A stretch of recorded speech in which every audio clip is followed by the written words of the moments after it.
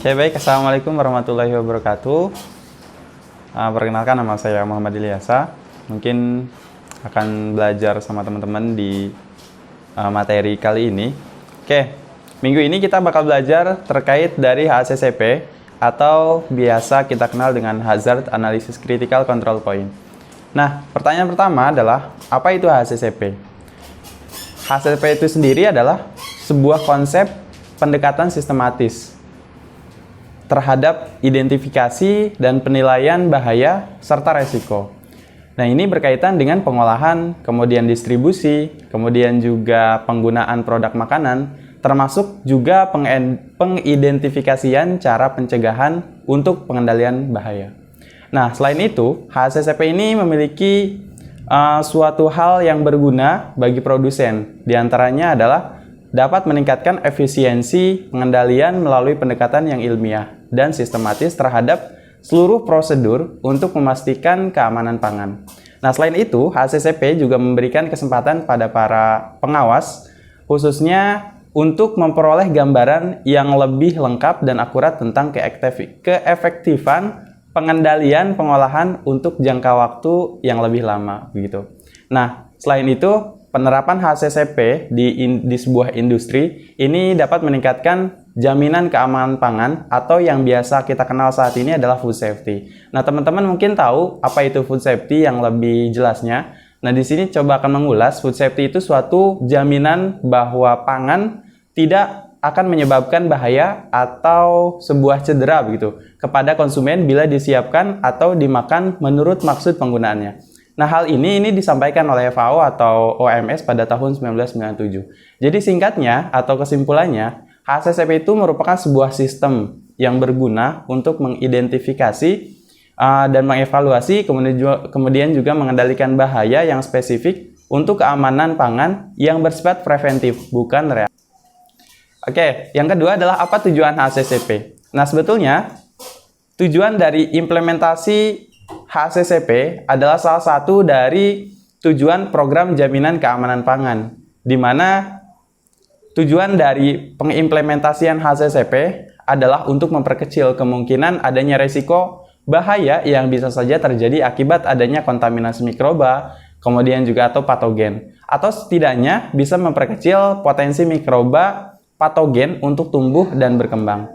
Nah, selanjutnya adalah kelebihan dari HACCP. Tentunya HACCP ini digunakan karena memiliki beberapa kelebihan. Nah, salah satunya adalah HACCP ini merupakan suatu sistem penjaminan mutu dan keamanan yang bekerja dengan proses terstruktur. Kemudian HACCP menekankan pada aspek proses sehingga resiko bahaya tidak terdeteksi, kemudian bisa dikendalikan dan dicegah sejak dini.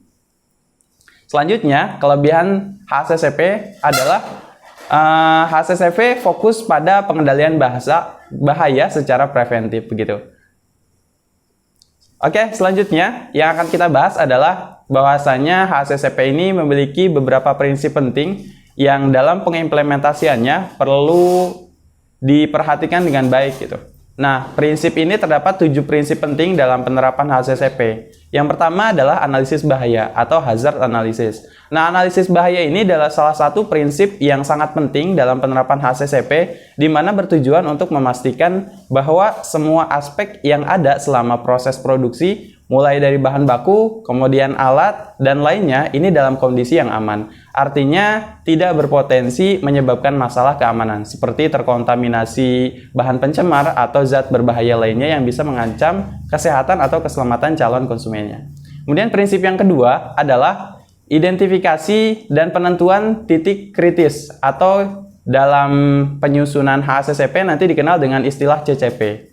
Oke, titik kritis ini dapat didefinisikan sebagai suatu titik lokasi tahapan dalam proses yang harus diawasi atau dikendalikan.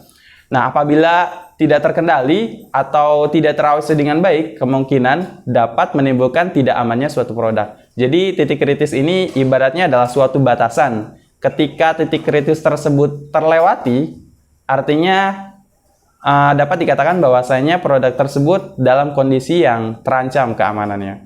Oke, selanjutnya adalah prinsip yang ketiga, penetapan batas kritis yang telah teridentifikasi. Nah, batas kritis ini sebetulnya berhubungan dengan titik kritis, di mana batas kritis ini adalah kriteria yang digunakan untuk quality control. Terdapat beberapa kriteria tertentu yang nantinya menjadi batasan apakah produk tersebut tergolong produk gagal atau masih boleh dipasarkan. Itu tergantung dari setiap produknya masing-masing. Dimungkinkan setiap produk memiliki batas kritis yang berbeda. Selanjutnya adalah penyusunan prosedur pemantauan CCP. Nah, pada prinsip yang kedua adalah penentuan CCP, di poin yang keempat ini adalah penyusunan prosedur pemantauan CCP. Nah, prosedur pemantauan CCP ini adalah tata kelola pemantauan yang biasanya menggunakan catatan tertulis untuk melihat urutan, kemudian operasi, dan ukuran selama proses produksi. Nah, tahapan ini juga bertujuan untuk mengetahui masalah, kemudian kendala, atau bahkan penyimpangan yang terjadi, entah dalam proses produksi atau manajemen. Kemudian yang kelima adalah menetapkan tindakan koreksi bila terjadi penyimpangan pada batas kritis. Pada prinsip yang ketiga, kita menentukan batas kritis. Kemudian pada prinsip yang kelima, kita menentukan tindakan koreksi apabila batas kritis tersebut terlewati, yang artinya produk tersebut dalam keadaan yang terancam keamanannya. Nah, tindakan ini berlaku apabila selama masa pemantauan mengindikasikan adanya CCP yang tidak terkontrol.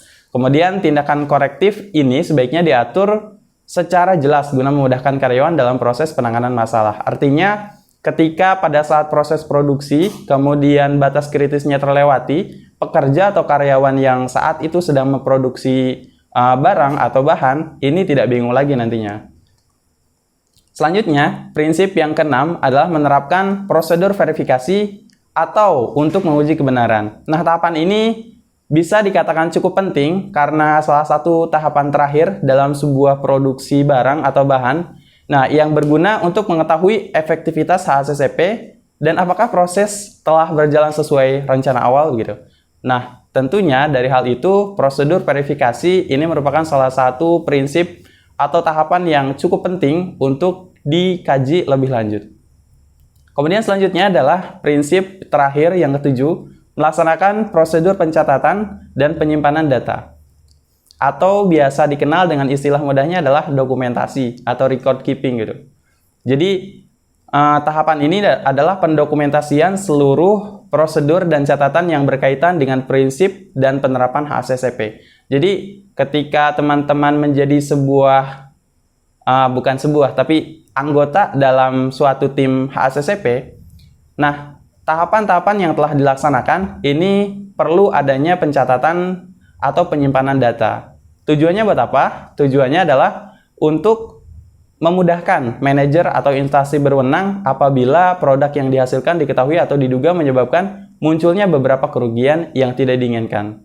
Nah, hal ini tentunya nantinya akan dievaluasi lebih lanjut untuk meninjau kembali apakah HACCP ini sudah berjalan dengan baik atau belum. Nah, ketujuh prinsip tersebut merupakan salah satu prinsip,